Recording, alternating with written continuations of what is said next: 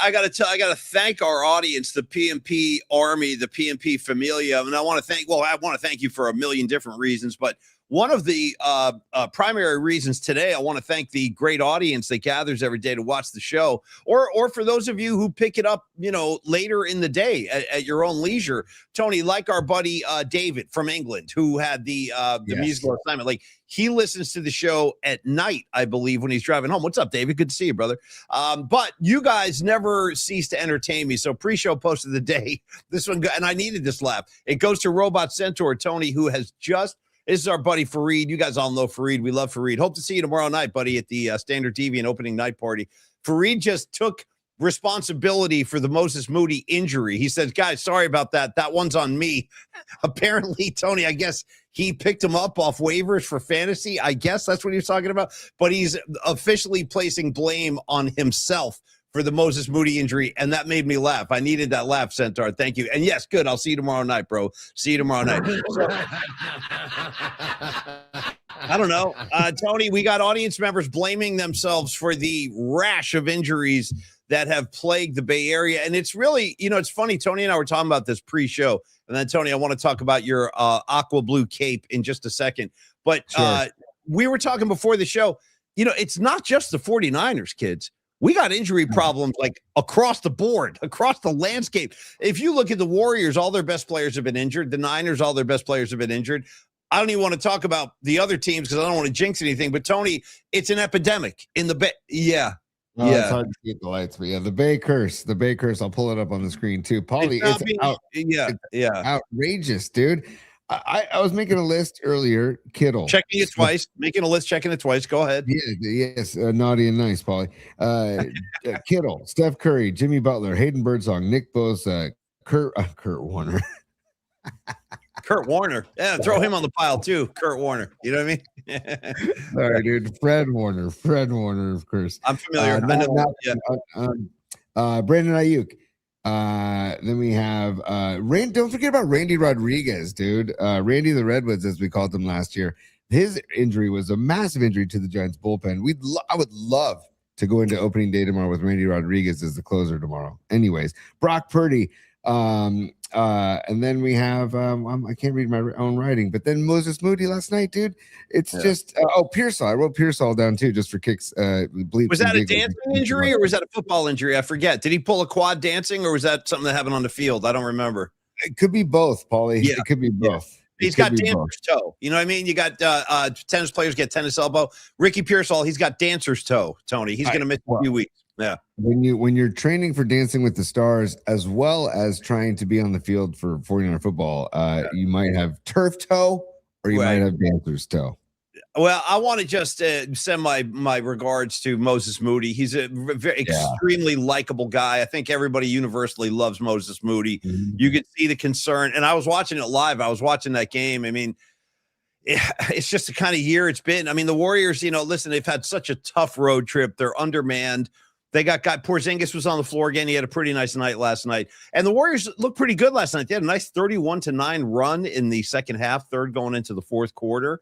And at the very end of the game, it was Moody with the steal. And if you didn't see it, going up for the layup, and his knee just gave out. I mean, it just gave out on him, and he went down in a heap. And he had a beautiful game. He scored 23 points last night. Warriors do get the win, 136-131. But the story when they zoomed in on his knee, dude, it was pretty gnarly what was going on with his knee. And I was like, dude, I can't imagine what type of pain he was in because of how tightly wound these guys are. And then something like that, a critical joint like your knee, it just makes my skin crawl, like just thinking about how much pain he must have been. And going back to last year, dude, you know how much of a Moody fan I am. And so he was one of the reasons I was continuing to watch Warrior ball. And now there's so many questions now, Paulie. Like, do they start, tanking?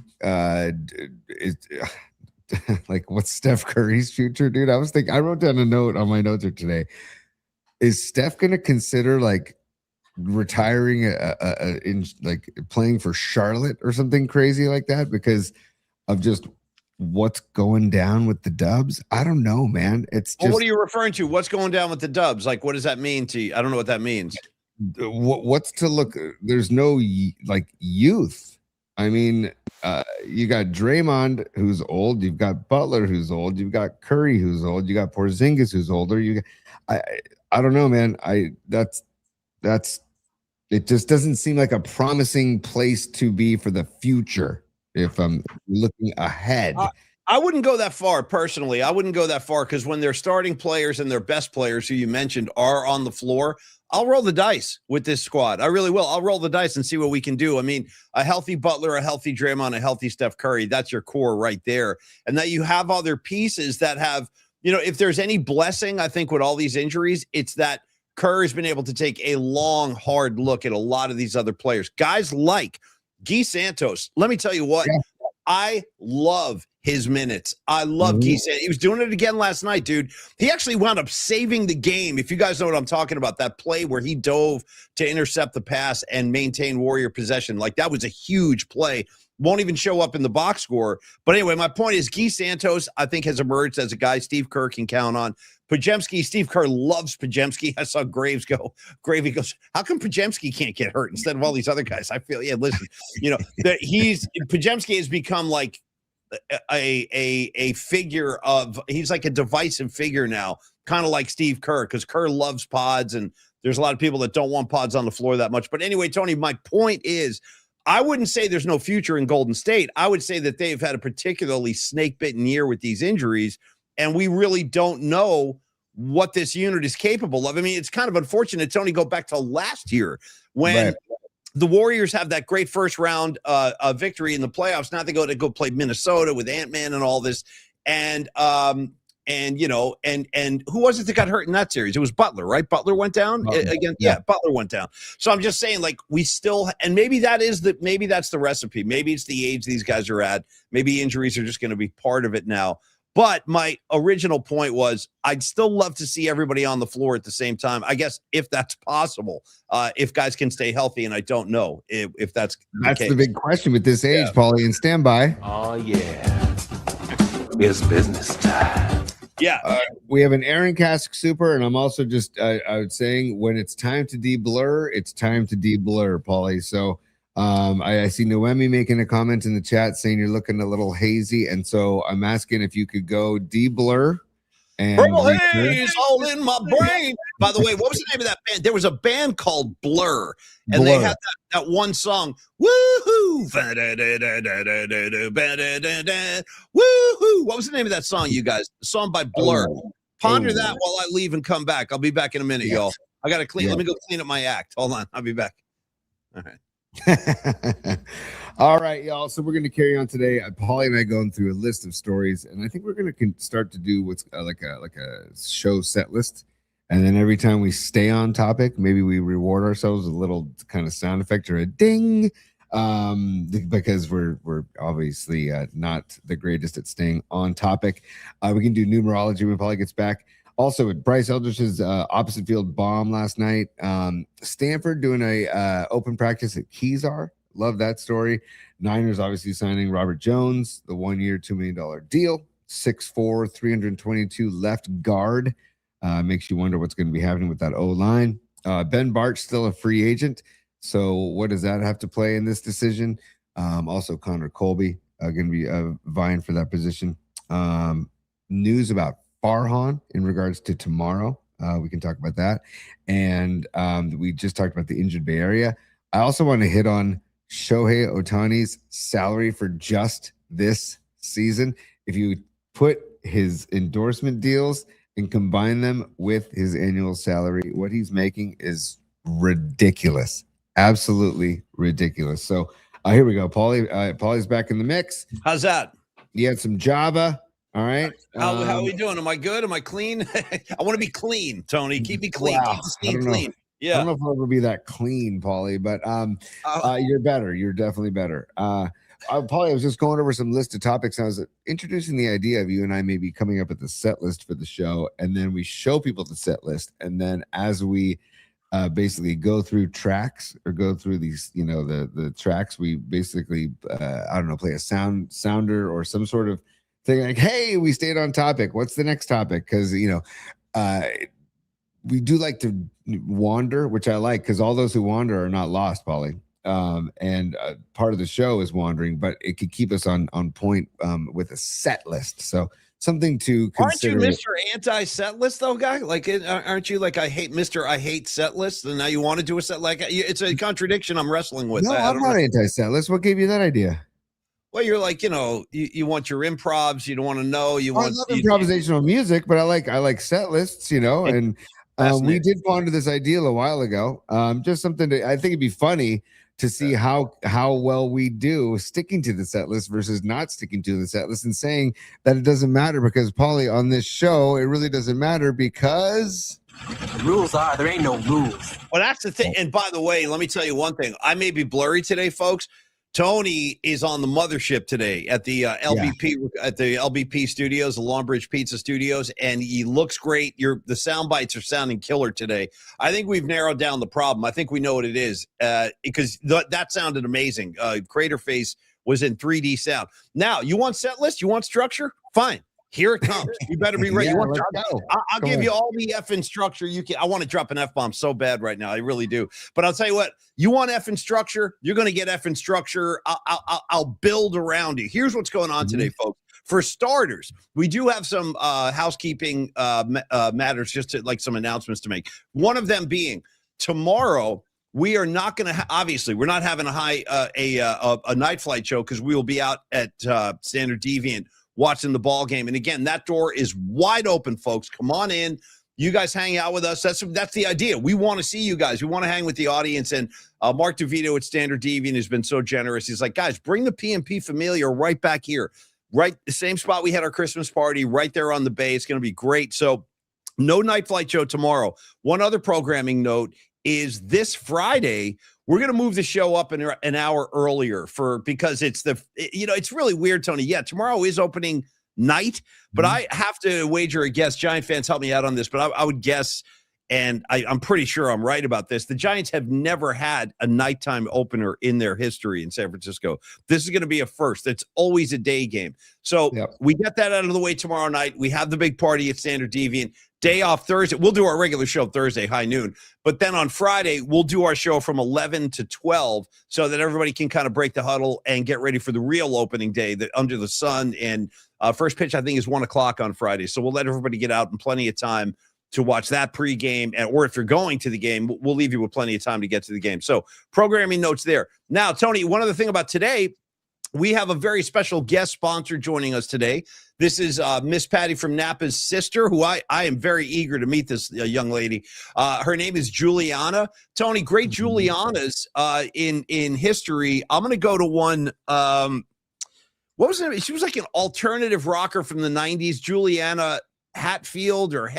Juliana Hatfield. Anybody with me on that one? She was like an alt rock lady, mid-90s type. She had a couple of big records. Anyway, Juliana will join us and talk about it's a guest spot for Show Us Your Stubs, your ticket stubs. She's got Beatles stories to tell. When I meet somebody that saw the Beatles, I'm fascinated. It's the same way like when I meet somebody that saw Zeppelin, I'm fascinated, or Hendrix. Like I have a million questions. These are bands I would have killed to have seen, but obviously a little before my time, so I couldn't pull that magic trick off. But I look forward to meeting Juliana, Miss Patty from Napa's, I believe, older sister, Tony, right? Is this her older sister? I think it is. I'm not sure about the age. I'm not sure, actually, it's just a number in my mind. And I'm sure that, Patty, Patty says, where the hell is my sister?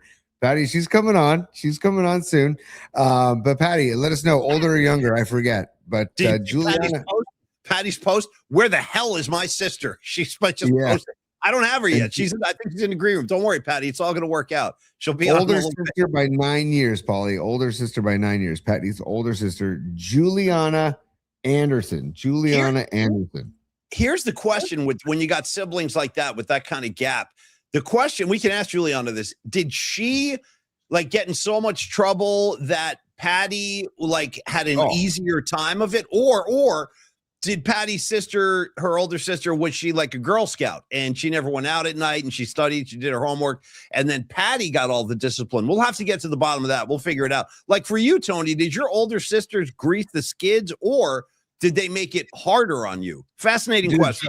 I only had one older sister, two younger, and my sister and I paved the way for my younger sisters. They had it so easy See, compared because my sister and I got into so much trouble that by the time my younger sisters tried stuff, my parents were so exhausted and so just beaten down by our shenanigans. They're just like, yeah, do it. You go ahead. Just don't get killed. You know what I mean? Just come home alive and you're fine. You know, you know what I'm saying, Tony? Just listen, I'm out of energy. Try not to get arrested and just come home alive and don't kill anybody. And we're fine. Well, I mean, dude, my sister and I both snuck out of the house and got caught. But I snuck out the car and got caught. My sister and I had, little dances with the law before my younger sister. I've danced with the law too. I've had a couple of chauffeured rides from New Jersey's finest. I got to tell you too, I got to be honest as a parent now with my kids. I got one that's already graduated school. I got another one who's about to graduate college. I don't pass this around, but as a parent who lived through the 80s, I wanted my kids to get in more trouble. I was like, that's all you got. That's it. That's it. This is it. Like, don't you guys want to break the law? Don't you guys want the cops to drive you home? I mean, like standard teenage stuff, at least when we were growing up. So my kids, by comparison, dude, they're not even close to the hijinks that we were kicking up back in the day, man. Not even close. Paulie, like watching this show Stranger Things with my kids, it takes place in 1983, 1984. And I say, look at kids. Do you see how they go everywhere on their bikes? Do you see that they don't go home until the sun goes down? Like that's what I want for you guys, and that's what I want you guys to do. But you know what you know what I want to put on the bumper bracket, by the way? Paulie? Watch this. Let's reenact this. I'm gonna play the role of your son. And you can tell me, like, guys, go out at night. Watch this. I'll be your son. You tell me what you want me to do. Go out, stay out till the sun comes up. Watch this. Do all that, and I'll show you. Hey guys, I just put air in the tires. I just put the seats up. So I'll see you guys when the sun goes down. Have a great. Go visit Jimmy's house. Go visit Charlie's house. Go to Robbie's house. Olivia. Go to Grace's house. Come back when the sun comes down. Yeah. What, Dad? What? What? Dude. Sorry, I'm doing a group chat. What'd you say? Yeah, that's what it's about now. You know what I mean? You take the phone away from these kids. What? Yeah, we're doing a little role playing. That's right, Joe Schmo. A little role playing, man. Keep this thing lively. All right, Tony. Also, we have sponsors to give some love to. Yeah. Would you like us to begin that procedure now, or would you like us to wait? I defer to you, the show's executive producer. Go ahead. We're gonna do some stack jacking here in a second, Paulie. But I just want to say, on the note of the youth of today, a story that I saw.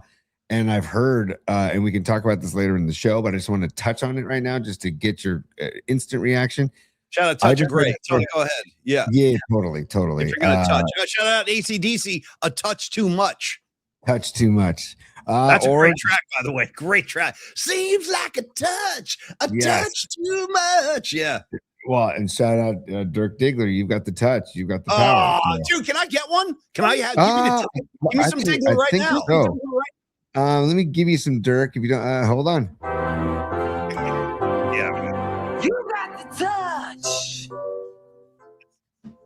You got the power. Yeah. There you go. Freaking best. By the way, that should be our the next time we do a gig, that should be the music that plays as we're walking on stage to start the gig. You know how they always have like a pre-recorded track when a band walks on stage, like they have their little entrance music. That should be my entrance music. Give it to me one more time. Let me think about it in that context, T. One more time. Yeah. Oh yeah. You got the touch. Dude, I'm telling you. You got the power.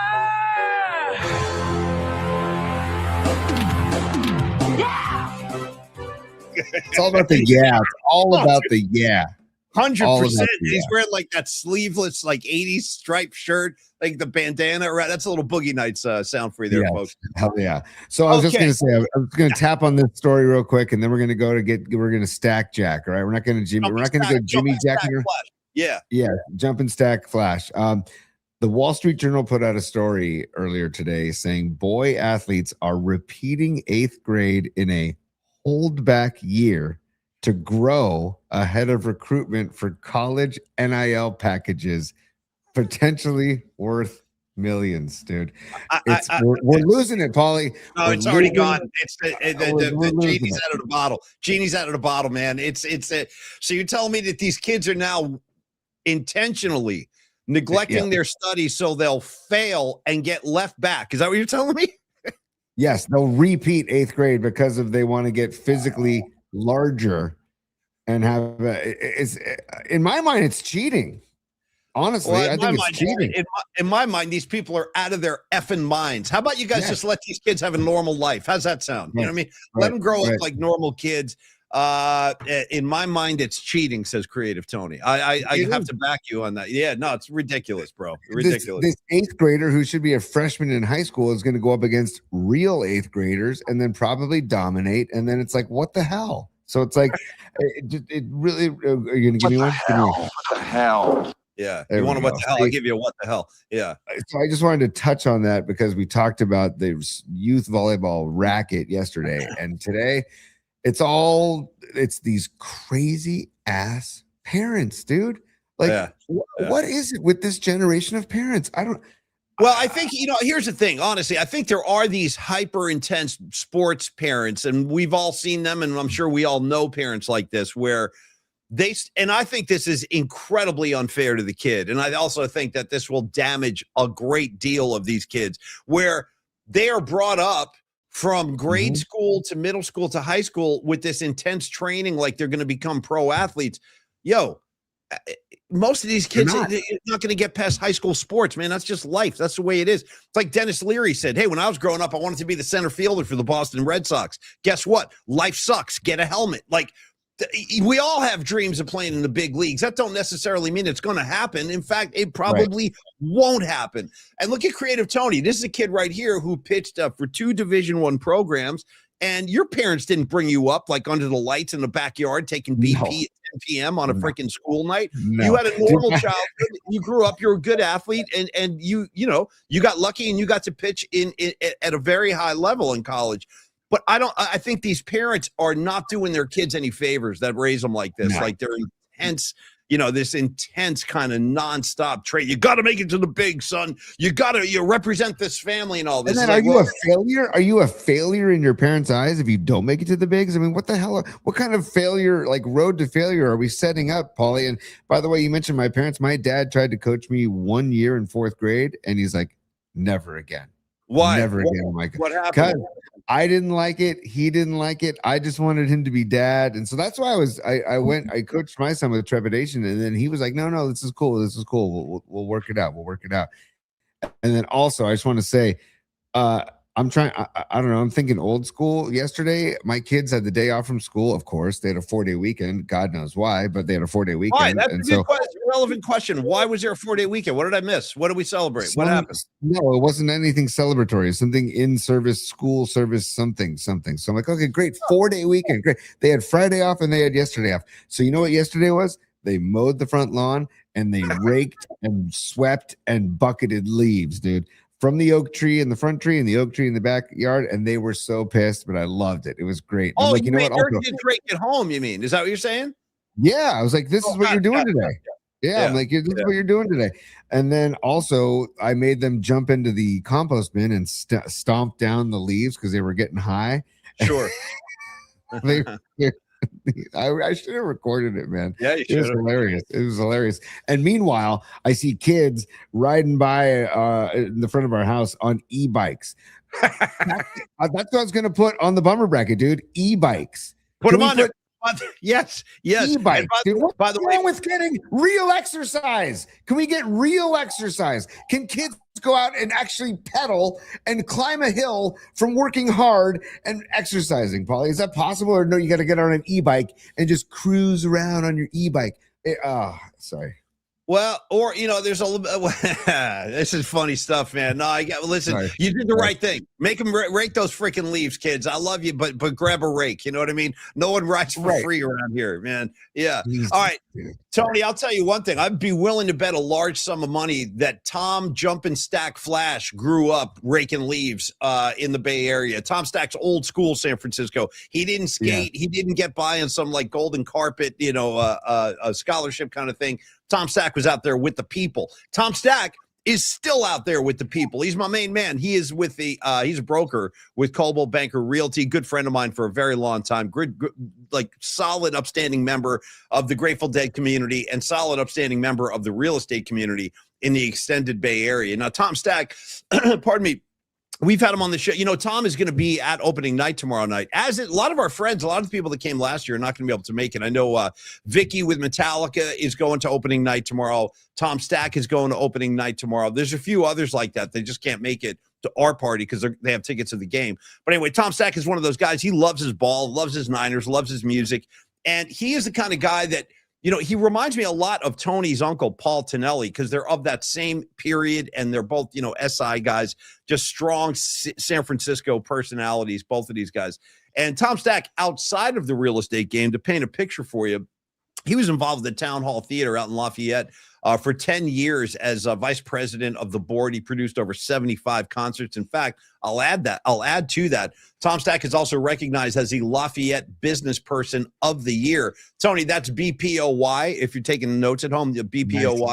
Nice. In 2023, he's a music lover. He's one of these guys. He's not a musician, but he's a patron, and he tries to cultivate the music scene throughout the Bay Area. So Tom has emceed music stages for the Lafayette Art and Wine Festival. He does that every September, as a matter of fact. And that is the preeminent festival in the Bay Area. Usually, ready for this, Tony, draws over 75,000 people over that weekend. In fact, I believe the Freestone Peaches have played one of those, the Art and Wine Fest out in Lafayette. Anyway, and I'll tell you one more thing about Tom Stack, the man, the person behind the real estate thing.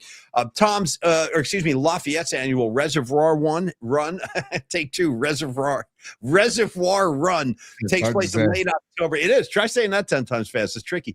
That's where runners, some of them are very serious, by the way. They come around from all over the Bay Area to compete in that. Again, the Reservoir Run, late October in Lafayette. Tom gets his ass up at 6 a.m. for that bad boy on a football Sunday, just to keep everybody hopping and popping and bopping and on their toes, literally. So Tom Stack, the point is, Tom Stack, you can see he's very involved in his community, and he really cares about the Bay Area, and he's a people person. He loves getting to know you. So if you want to start the process of looking for a home, you have to have the right person in your corner doing it. You have to have trust with your realtor. You have to be able to connect with that person, because you're going to be spending some time with that person, going around, looking at homes, or maybe you're selling a house. Maybe you got to leave the Bay Area. You got to sell. Tom can help you with that as well. So whether you're buying, whether you're selling, it's time to call Tom Stack with Coldwell Banker Realty. Pick up the horn, have that initial conversation, 925-878-9964. You can always email Tom too at your leisure. It's tom.stack@cbnorcal.com. And again, you want to be treated well. Tom will treat you like a freaking rock star when you are shopping for your home. And again, it's an intense process, but with the right agent on your side, it can be a lot more tolerable, even enjoyable. Imagine that. We all need the proper guidance. When it's time to buy a home, it's time to talk to Tom Stack. He is here for you. He will treat you like a rock star. Tony's going to break down some of his preferred geographical locations, but he can plug you into the proper agent anywhere in the Bay Area. So if you're in the South Bay, North Bay, you're in the city, you're like, I don't know if Tom handles that territory. Talk to him anyway, because he can connect you with the right agent if he can't do it himself, Tony. Yeah, 100%, man. The La Miranda corridor is what he specializes in, Lafayette, Moraga, Orinda, but also the greater East Bay. I know that he's done work with people in Concord, in Walnut Creek, in Pleasant Hill, in Martinez, just to name a few of the areas. Martinez, the home of our favorite Noemi Catalina and Ray Goodman. They are Martinez residents. But Tom Stack is, as Paulie was saying, he's just a man of the people and a man of the community. Paulie, get this. We're talking to Tom. He said he's hosted over 75 concerts with bands in his own backyard. Oh, yeah. Those are great. Yes, and he calls it the Grizzly. They call it the Grizzly Creek Amphitheater, and he invites everybody in the town.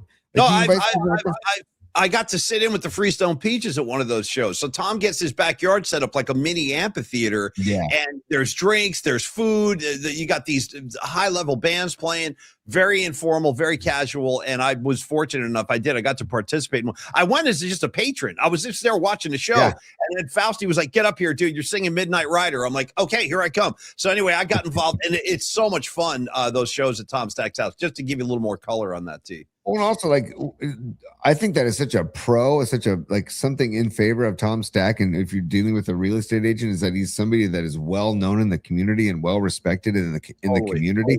You wouldn't want your real estate agent to be like some hermit that people don't even know and have never seen. You know what I mean?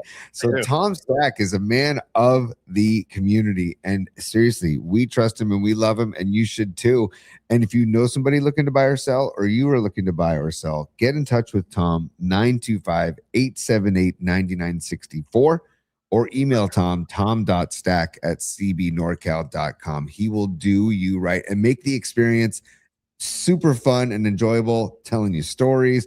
You'll probably meet some new people along the way that you'll run into. And so it just sounds like all of the reviews on the testimonials on his website, tomstack.com, all of them rave about his personality and about how he made the entire process enjoyable, and that they are friends with him, which is like one of his goals. Is that just from a very petty, kind of selfish, small-minded place. Final word on Tom Stack. Tony and I have figured this out. It's taken us like 30 years to figure this out, but Tony and I have finally figured this out, that if we surround ourselves with good people, and Tony, and good-looking people, we will then fare better in the PMP community. I'm telling you that right now. I found this out the hard way. Dude, the ladies love Tom Stack. I'm just, again, food for thought, but it's a real thing. Ladies love Tom Stack. He's a very handsome dude. And I think that by association, we then become better looking. At least that's my hope. I'm hoping for that. You know what I mean? We got Dr. Young over here. We got Los D. He's rugged. We got all these guys, Tom Stack. So anyway, Tom, we love you, buddy. Thanks for supporting the show. Have a great time at opening night. Just bring me home that win. Just bring me home that win, brother. That's all I need tomorrow night. I don't want the Yankees winning on our field tomorrow night. Tom Stack, everybody. Bring me home a win, Paulie. Oh, sorry. Go ahead. No, I was going to ask you a quick question. You have all of Tom Stack's info scrolling by at the bottom. That's great. Are you dropping freaking saloon font on me, buddy? Is that saloon font? Yeah. It's one of the new. StreamYard keeps updating their certain things in their back end, and so I noticed they have a saloon font now, and we're all about the saloon font. Niners, right? Of course. Yeah. And you know what? I can't wait to see the Niner black uniforms again, probably with the black helmets in the saloon font. I can't wait. Maybe just turn those into their home uniforms. So you know what I'm saying? Kidding, of course. Oh, and by the way, Juliana Anderson has entered the green room, our guest, and we'll get to her in a minute or two. But the Gigantes uniforms made their debut last night. I actually thought they looked pretty good. And second of all, Bryce Eldridge went deep left center field. Paulie, your thoughts on that dude? He is a massive human being, by the way, but give me your thoughts. He's a big kid. No, he's got a lot of pop, obviously, and that's what we want from him. I guess, I'm going to trust the powers that be on this one. They think he's not ready.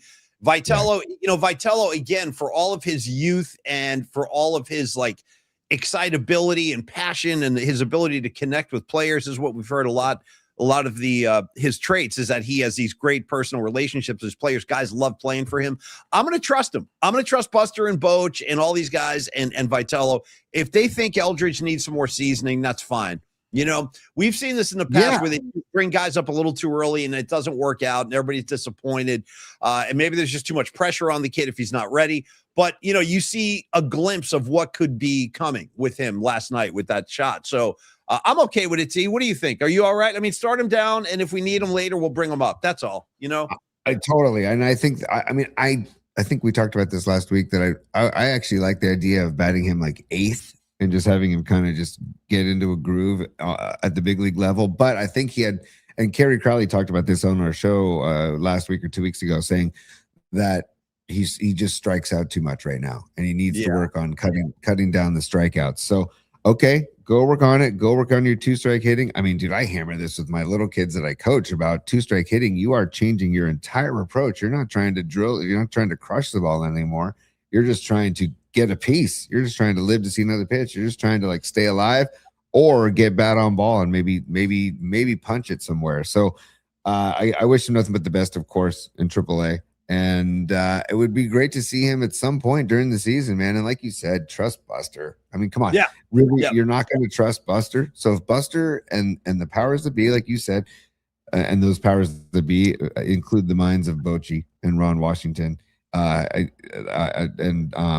Buster Posey, of course, and Dusty Baker, if they all decided he's not ready, he's not ready. So just let's move on. And Devers will probably play a lot of first base, and let's go with it. You know what I'm saying? Devers had a nice Adames with a nice bomb last night. Devers with a couple good hacks last night. So fun to watch last night, and I'm geeked out for tomorrow. Cannot wait.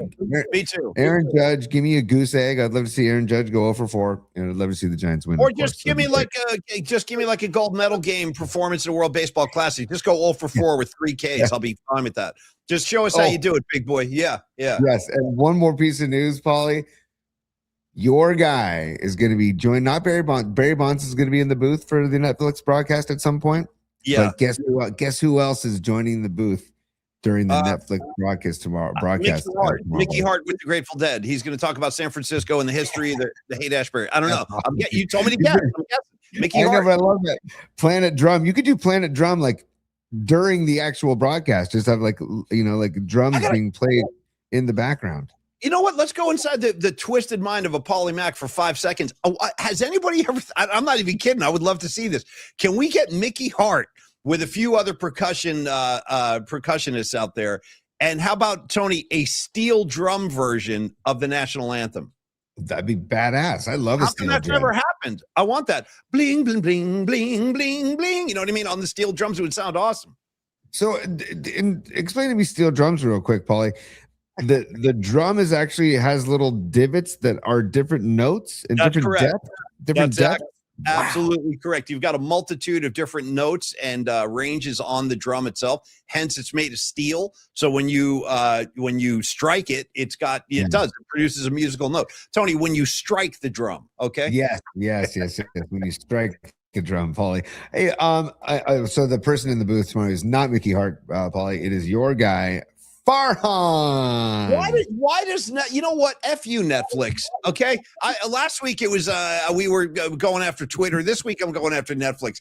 F you, Netflix. Why do you think there's any kind of appetite for Farhan anywhere in the country? Like nobody outside of the Bay Area, California, really even knows who this guy is. He's not TV ready. He's uncomfortable and awkward on the mic. He's like, geez, I don't know. We're playing ball here, guys. He's like a freaking computer geek, and you're throwing him on the microphone? I don't get it. I don't want it. I didn't ask for it. And finally, Tony, I don't need it. I don't endorse it either. There you go. My thoughts on Farhan. Some of our better work in the studio. Farhan, hold on to me. I said, dude. Oh, grunting at him. Yeah. Farhan, baby. So, Farhan, dude, his name is Farhan Zaidi. He came here for you and me, dude. He came here for you and me. Ridiculous. All right, name is Farhan Zaidi. Do. It's good stuff, man. Yeah, I don't know what's going on. I mean, it's definitely going to get a reaction. So that's what Netflix is looking for, and they're going to get a reaction. I don't trust him any farther than I can throw his ass, man. I don't trust Farhan. I'm keeping it real with you guys. I'm a Giants fan. I don't trust him. I think he's a double agent. I really don't. All right, Tony, here's what we got to do. I got one more thing before Juliana. One more thing, and then we'll go to Juliana for the Show Us Your Stubs and all the Beatles stories. I'm looking forward to that. Juliana, we got two supers before Juliana as well. Well, all right. How about this? Why don't we go? Because I do want to talk about Randy Bennett at least for a second or two. So I want to. So let's do Randy Bennett. Let's do your supers. Let's give some love to Carlos, and then let's meet Juliana. How's that sound? Okay. Juliana, I see you in the. You want set list? I'm giving you set list. I like set list. And by the way, numerology episode 289. Just want to say that episode 289 for all you out there. 40 minutes late on that, T. 40 minutes late. We got to do that at the beginning, for God's sake. Well, if we skip one day, I hate skipping 2 days. We skipped it yesterday, so just episode 289. That's all, Paulie. And 89, I can't think of an 89. Oh, Ty Streets. I think Ty Streets was 89. What do you mean question? Of course I got no problem with you know what? I'd take Ty Streets today, like you read about. I would take Ty Streets. I really would. That's TAI, Ty, just in case you were wondering. I got no problem with Ty Streets. Anybody here know where he played college ball? I don't. I'm just curious. Where did he play, T? Ooh, I don't know, man. Ty Streets, I really don't know. But I was going to say to Juliana, wait patiently in the green room. Hopefully you're enjoying all the treats we left for you. and we will get to Hey. you momentarily, Juliana. At Robot Centaur, JJ Stokes was 83. Stokes was 83, Yeah. not 89. Ty Streets was 89. Tony's all over it. Michigan. Big Al says Michigan. Thanks, Big Al. I didn't know that, or I didn't remember Yeah, that. he was. He was a Michigan Wolverine. That's right. Good call, Big Al. Love it.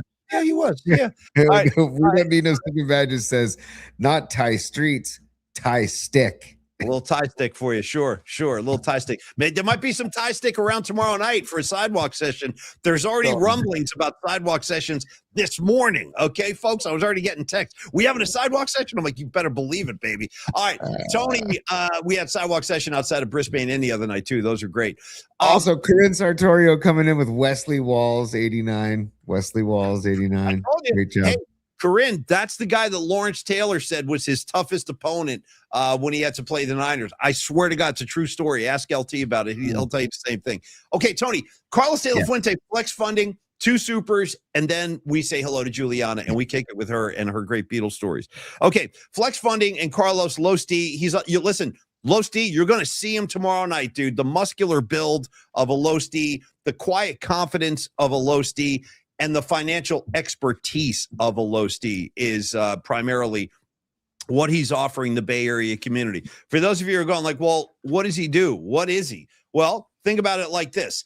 Carlos is a broker. He is a one-stop shop. He's got a variety of loan programs that can help you depending on where you are in your, personal life, your business life, your professional life, because all of us have like different needs. We're all in different places at different budgets and all that. So Carlos will take time to evaluate your situation, listen to your circumstances, and then get ready because he's going to come with a variety of options for you, how to help your financial reality right now. He can handle reverse mortgages. He can do all kinds of stuff with mortgages.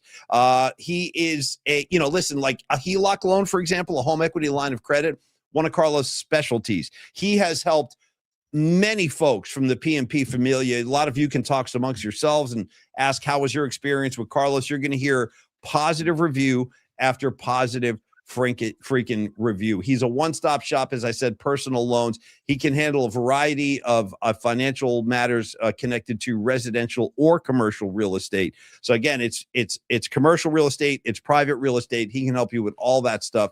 And again, I like to simplify it like this, Tony.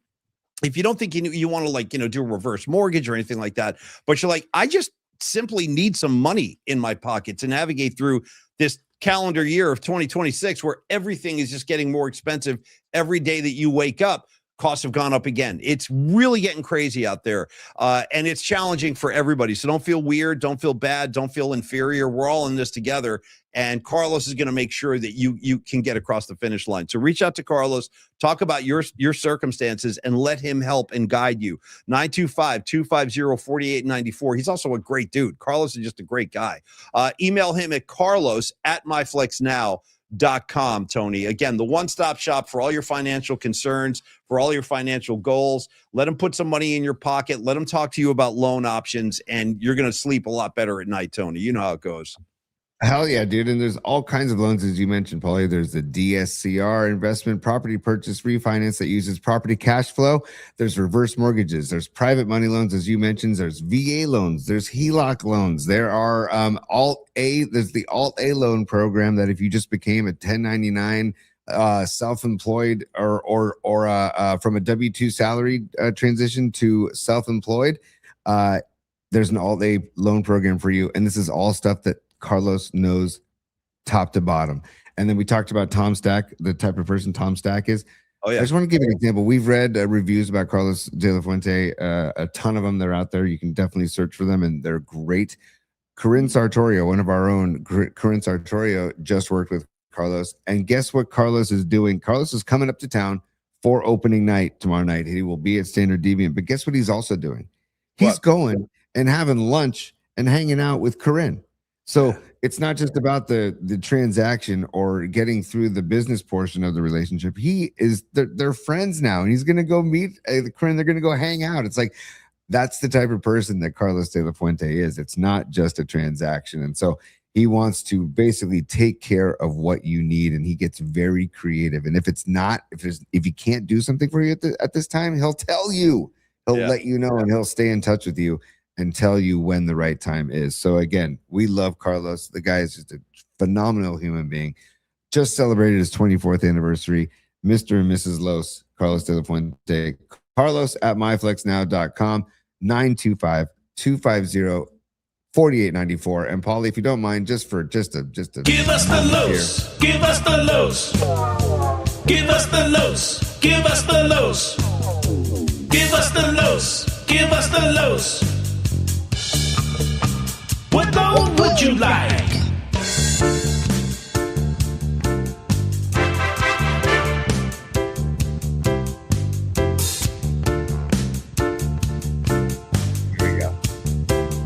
Give us the los.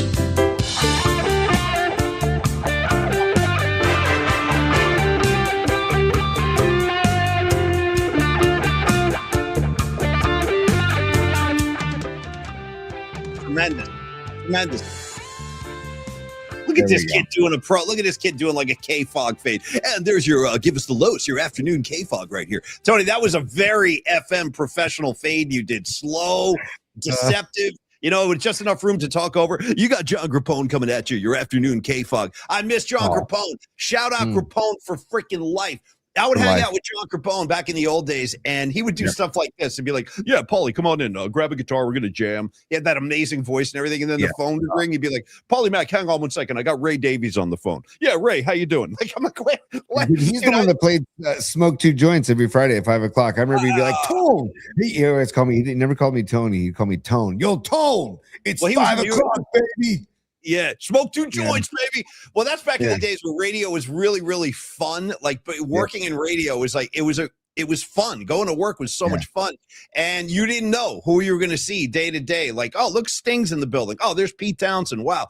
And no, Tony, what I always say is like the key to radio success is getting rid of the most talented people, whether it's a Grappone, whether it's a Dave Morey. You got to get rid of him immediately, and then cut Peter Finch loose too. What's he ever done? Renee, she's got to go. Get rid. You know what? Bill Evans, pack your stuff up. You're out too.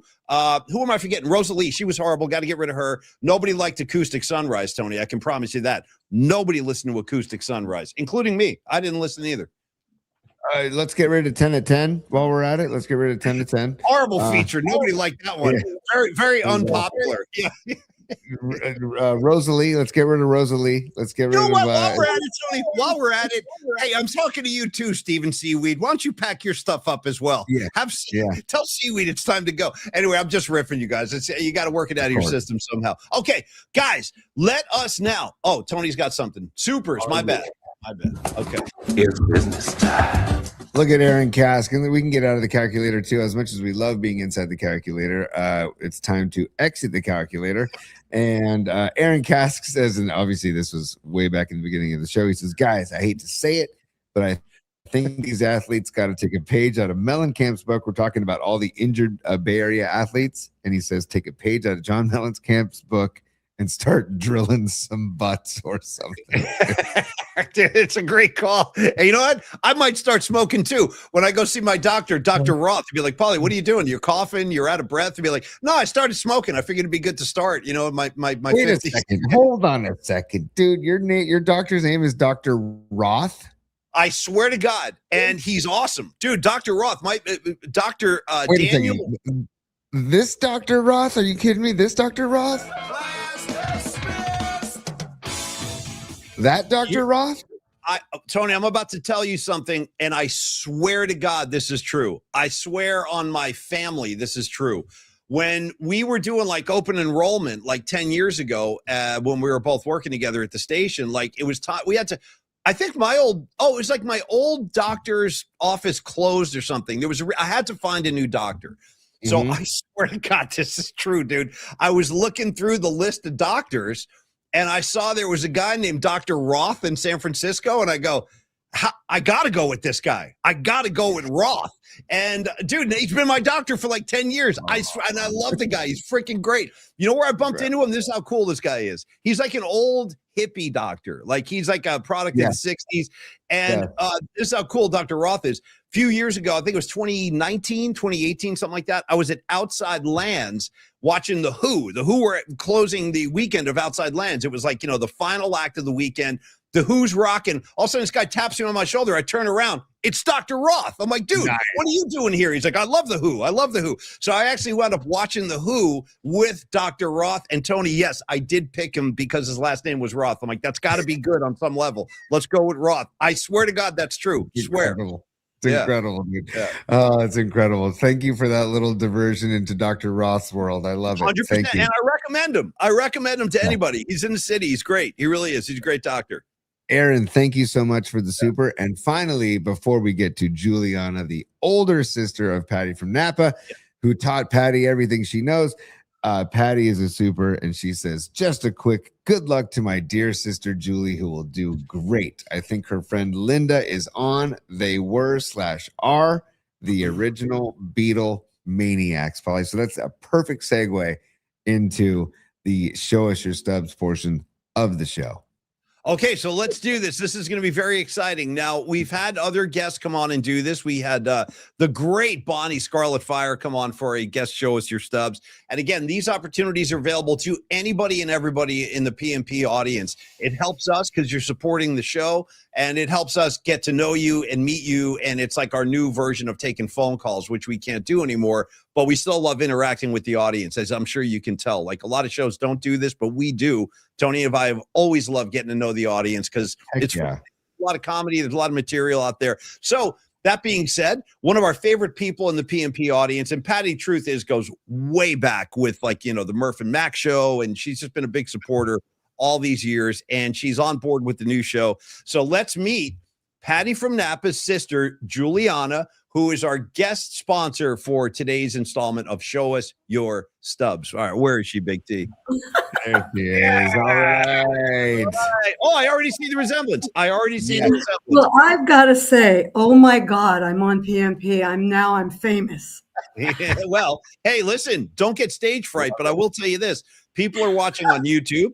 People are watching on Instagram. People are watching on Twitter, and we have an audience on the Cron 4 Don't Plus make me app. too nervous, Paulie. I don't want to get nervous. No, you look totally great, and I love the red glasses, and it's great to have you on the show. Great to have you on the show. Thank you. First And of all, special thank you to my sister for having me on. First of all, here's some of my tickets. Some of them. Oh my God. Yes. Let's see. We got the Tubes. San Francisco. Yeah, nice. We got the Eagles, the Beatles, the Stones, everybody. okay. But Juliana, do you want it to be Juliana or Julie? What do you prefer to be called, first of all? Well, Patty calls me Julie, but I go by Juliana. I'll go by either one of those is okay. Okay, we'll go Juliana because we didn't grow up with you. I think Patty has earned the right to call you Julie. And second of all, anytime you want to take one of those ticket stubs and put it closer to the computer to show everybody, please do, because those looked amazing. That's a Niners. How'd that get in there? I have a lot. I have the Grateful Dead. I have. Look at this. You can't really see them all. I have sports. Oh, we can see them. The Tubes, the Eagles, they're all. I have more in California. My first question is only because you're shouting these out at the beginning. Well, actually, you know what? Let's go back to the ticket stubs in a second. First question is let's go a little deeper on your sister Patty, because I can't. Yeah, we're going to get to the bottom of a lot of stuff today. We're going to expose all the no, I'm just kidding, Patty. I'm just kidding. But what was it like having Patty? What was it like having her as a younger sister? Was she in trouble, or were you the one that was in trouble? Like, what was the dynamic? I was the troublemaker, and to be honest, I wasn't very nice to her. You know, I'm older than her, so she was more like a pain in the butt for me. I had to babysit, but she was a cute little thing, as she is now. And I wouldn't want another sister. I love her. I'm happy she's mine. You said she learned everything from me. I learned a lot from her too. So really? Okay. Yeah, really. I mean, I went kicking and screaming because I know more. I'm older, right? Of course, that's a given. Now, hold on, Juliana. Are you in California? Like, where are you located right now? I'm talking to you from northern Portugal. That's incredible. Northern Portugal. Dude, yes. Okay, well, what time is it in Portugal? What time is it in Northern It's 8 p.m., but next week at this time, it'll be 9 p.m. because of the time change. We're behind you guys. So, I'm 5,000 miles away. How often do you get back to California and see? About once a year, and I'll be there in June. So Nice. In Nice. fact, I think Daddy mentioned something about maybe doing a Doors thing in June because I did kiss Jim Morrison, you know. Well, okay, so let's start right there. What? Let's stop the presses. You're kissing the Lizard King. I got a million questions. Tony, Yeah, go ahead. save it for another show. Oh, I see. Okay. Tony, what do you hold got? on, Juliana, are you riffing or are you dead serious that you actually No, kissed Jim I Morrison? did kiss Jim Morrison, and I have witnesses. This is And amazing. they might be on right now. I'm not sure. I sent them the link and told them, watch me tonight, subscribe, and like. I'll tell you But the truth. yeah, I kissed him. I got to tell you the truth. I'm a little bit jealous. I'm a little bit Actually, envious. he kissed me. Me He too. kissed me.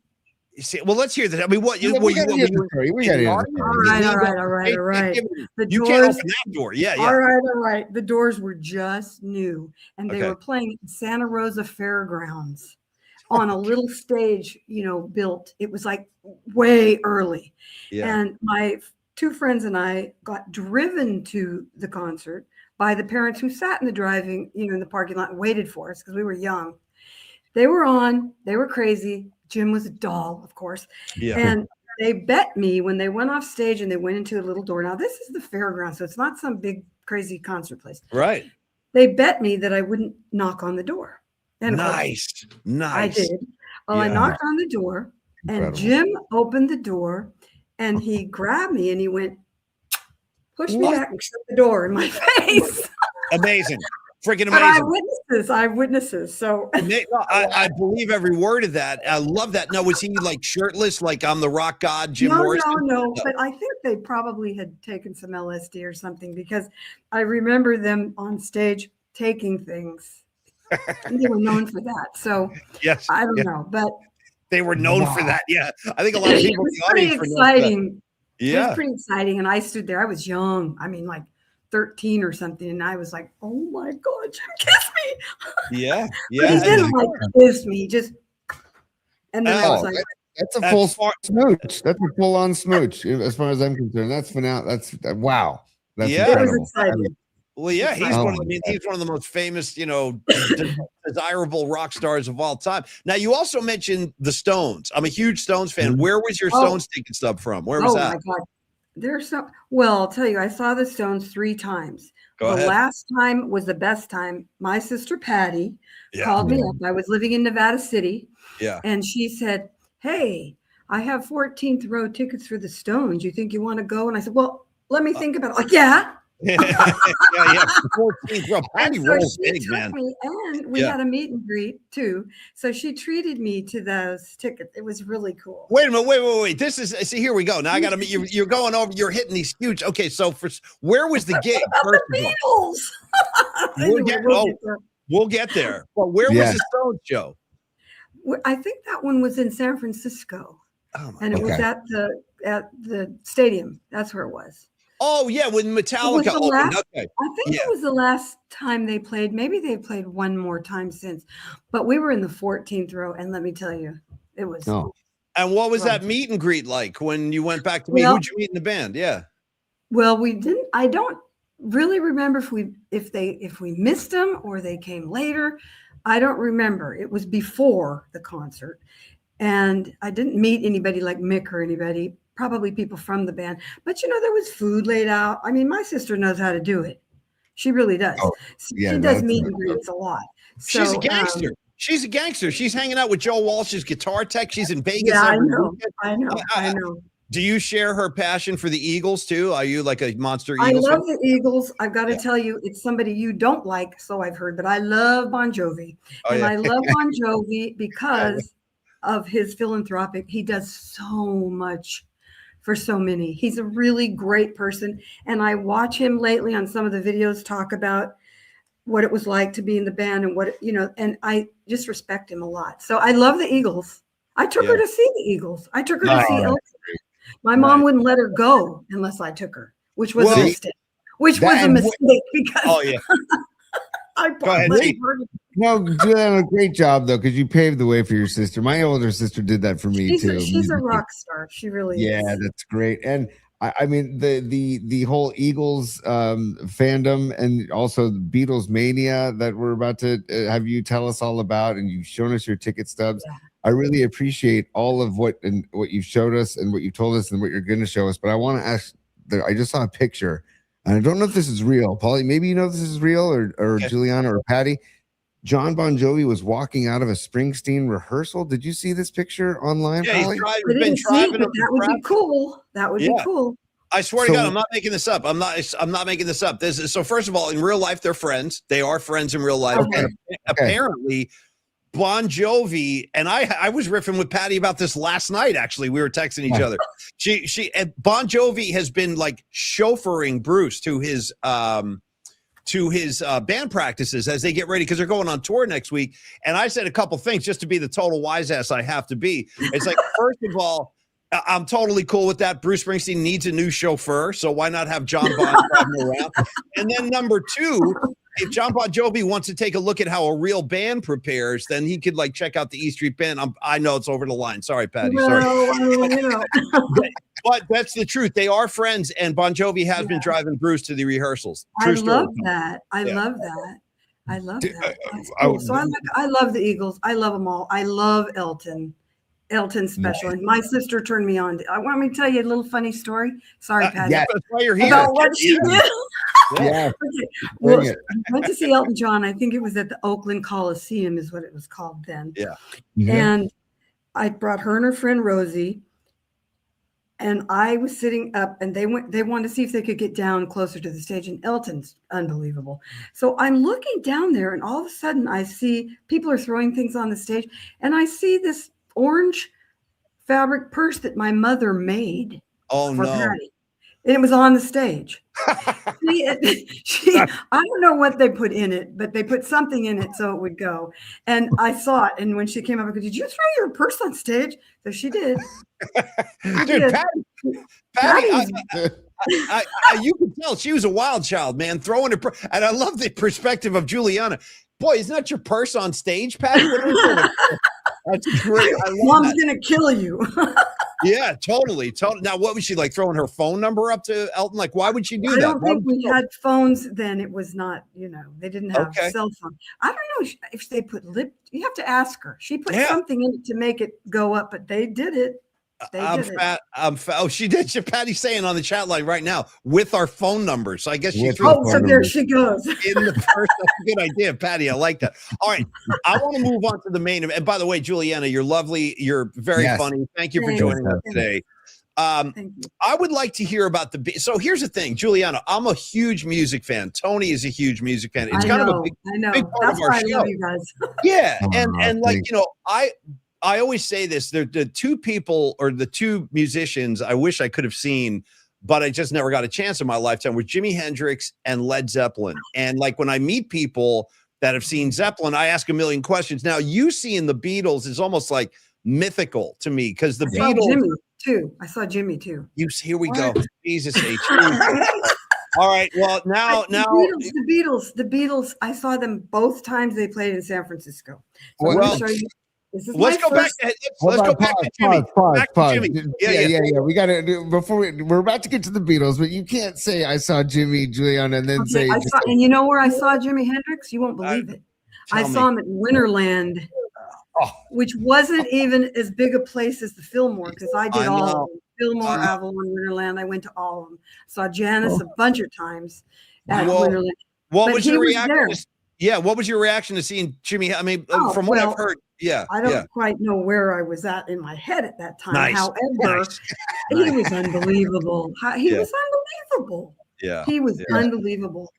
But you know what? Elton was just that unbelievable too, because that time when we saw Elton, his piano was made out of mirror. It was a mirror. And that guy got on it and laid on it upside down and played the piano backwards. And he rocked. That's incredible. He was good. But Jimmy, when you just couldn't believe, you were like, you couldn't believe it. I mean, you couldn't believe it. Couldn't believe it. That's what I've heard. I wanted to show you too. Look. Nice. Oh, you look great. That looks great on you. Perfect fit. Perfect. That's great. All right, Tony. So anyway, so Jimmy was really great. I bet. All right, Tony, you guide Juliana through the Beatles stuff, because I'm asking too many questions. You start this, and Tony. I want to see the tickets too. You got to I've hold them got up. the tickets. I'm going to show you. I put tape on these. Okay, I went to this concert with Linda, who's on. Where's my camera? Nice. Okay, that's the little envelope it came in. Cow So Palace. there's Cow the Palace ticket. envelope. Oh man. August What is 31st. what's the price tag on there for the ticket? Guess. $350. $350 it is. Nice. Nice. You're Yeah. right. Yeah. Nice. $350. So this was at the Stick. No, this wasn't at the Stick. This was at Cow Palace. Cow Palace. And I Oh took man. a couple of quick notes I wanted to tell you guys, without going too far see. about it. But yeah, I was 12 and a half years old. So, Is this and 66? Linda and I were there. Linda and I were Paul freaks. So Are you talking 66, Juliana? 1966? no, that was 64. This one, Okay. this one's 66. Oh my Okay, God. bye.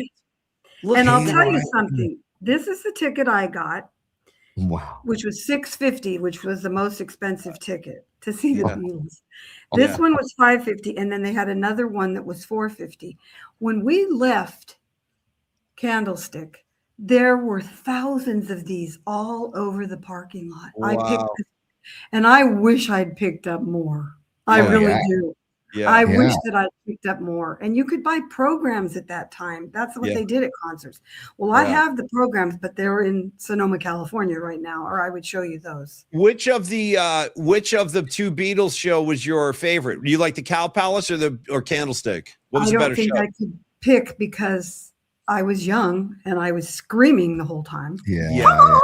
Oh, Yeah. you know. Yeah. So, People- so I don't know. And Yeah. but I will tell you that the Candlestick was really interesting because it was the last time they ever played together Yeah. live Yeah. Yeah. on a tour. So Yeah. when they walked off the stage, and John had that famous saying, what did he say? He said, I wrote it. Oh, he walked off and he said, "We'd like to say thank you on behalf of the group and ourselves, and I hope we pass the audition." Nice. That's Oh, Yeah, nice. that's what he right. said. Yeah. So- Yeah. So, but I think it was surreal being able to see them. I was really young and I didn't realize at the time Yeah. just how awesome it really was. I don't think I could have a favorite. Just being there and being part of that, I feel really blessed that it was part of my life. Really, I do. I can't even believe it. That whole time, that whole era was unbelievable. Oh, you are lucky beyond belief. I I'm was so so jealous. lucky. So so jealous. And thank you for sharing all of this, Juliana. Inside Candlestick, where were you inside? Were you on the field? Were you in Well, the in seats? Candlestick, what they did, I wasn't close because they had a little stage and they had fencing all around it, 6 Yeah. feet, cyclone fence, because Yeah. people were trying to get on. And do you Yeah. know that they only played 11 songs? Yeah, they only used to do played very for short half an sets. hour. Yeah. Yeah. That was Wow. how it was set up back then. All those early rock Yep. and roll acts, that's how they used to play. They would play for like Yeah. 40 minutes and that was it. And And I that, have the list. We probably Yeah. don't have time. No, we do. We have oh, time. we got time. We got Okay, time. here's what Yeah. they played. This is what they Yeah. played at Candlestick. They I played love that. in this, Give me the set list. in this Beautiful. order. Okay. Okay. Rock and roll music. Nice. She's a woman who Nice. understands. If I needed someone, Good George, song. Good song. my throat. Hold on. Yeah, take No a drink. problem. You're fine. You're See? fine. Day Oh, by the Tripper. way, I just noticed your earrings. Your earrings rule. I just Oh, caught I them. wore them for Nice. you for this show. Nice. Yeah, I love it. I nicely love it. done. Day Tripper, Babies Yeah. in Black. I Feel Fine, a Nice. great song by Paul. Yeah. Yesterday, I Want to Be Your Man, Yeah. Ringo.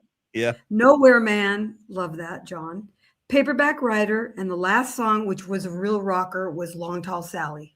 Nice. Wow, that must They have been a played rocker. those songs. So, Great set list. I couldn't see real well, but it almost didn't matter. I just being there, Yeah. and Mhm. listening, you couldn't really hear it. I So think that's part of what disgusted them in the end is you couldn't yeah, hear. and they didn't have the technology yet to build the No amps way. loud enough Yeah. so you could. Yeah, it was a mess back then. But I wonder about this too, Juliana. Like living through and being right there in the middle of it during like true Beatle mania, when it was like you said, like girls are like passing out, screaming. It's like Right, total chaos. right. Could you compare that, like, because there are people now that say, like, oh my God, Taylor Swift and the Swift phenomenon is bigger than the Beatles. I'm like, Not I the don't think same. so, kids. It's I not don't the same. Yeah. It's not the same at all in any way. I'm not saying anything against Taylor Swift. I mean, there's a lot of fans, and I'm sure that's great. I mean, I like some of her songs, but there's no way. There'll never, ever be, you guys, ever a time like that again. Yeah. And that's why I said earlier, I feel blessed that I was there. I'm grateful because I was there through it all. I mean, from kissing Jim Morrison to seeing Jimi Hendrix to seeing the Beatles. Now, Paulie, Juliana emailed some stuff that I want to show. I want to try and show on the show right now, Juliana. And if you'll just tell us, if you'll just take us through these visual aids. So hang on one sec. The first one is the signed picture I'm going to show right now. And let me get rid of this banner. Actually, I can show you the real picture. Oh my God! Look at you. Here it is. Yeah. I had it. I got this when I joined the club. It's originally signed, and I got the letter that I sent you guys from. Yeah, I wanted to show that next. Yeah, this is great. So here, I'll show that next. The fan club. Put that up too. Yeah. 1964. Damn. And they. Look at this, this is great. Not yet. And they were telling me that if I wanted to start my own club official chapter, that I needed to have 25 people who are willing to pay $2 dues. Nice. Yeah. Juliana, and they also sent me this. Yes, that came with the letter. That came with the letter and the signed autograph. I'm a Beatles fan. That's right. That stuff right there is probably worth a lot of money. That's probably a very valuable piece you have there. But it could never, ever be as valuable as it is to me. I love it. No, I'm the same way. Look at the return address of the envelope. Beatles USA Limited. Do you see that on the return address? I can't tell you how much I love this. And I'll tell you what else I love, Tony, is the fact that she saved all this stuff. Yes. A lot of people, we get this and just, in fact, you know what's funny, Juliana? My mom, God bless her, she was a big Elvis fan when she was a kid. Like she was a big Elvis Presley fan. And she's told me, she was like, oh, I had all these Elvis records. I had Elvis photos. I had all this stuff. And then she, grew up and kind of grew out of it and gave that stuff away or threw it away. So she didn't save her stuff, but I love that you saved your stuff. I'm the same way. I save everything. I really do.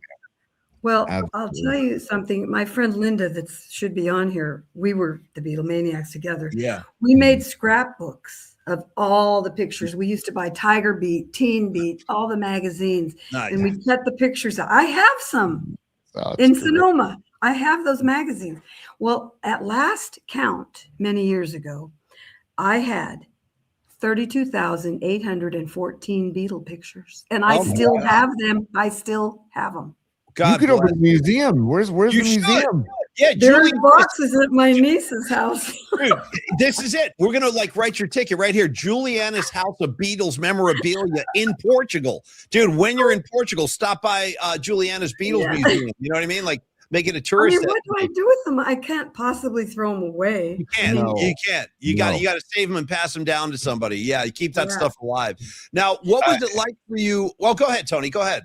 Well, Juliana, your sister is a super on the show right now, and I want to add this to the stage. She says, Patty from Napa, be sure to talk about calling Paul. Patty, thank you for the super. And I will do that. I will definitely tell that story, but I want to show you one thing first. Sure. Okay. We had our lives, Patty too. The Uptown Theater was an actual movie theater. It's now music, but that was me growing up. Here's a newspaper article of the Uptown, and they are showing the Hard Day's Night. That's my friend Linda, and that's me. We were standing in line at the Uptown Theater. Here's another picture of it. Yeah, you're good. They called them, they were over 500 teeners. They called us teeners instead of teeners. And I had a ticket stub for that too, but what I did was my ex-uncle-in-law, George Altamira, bought the Uptown and started making music. So I gave him my ticket so he could frame it.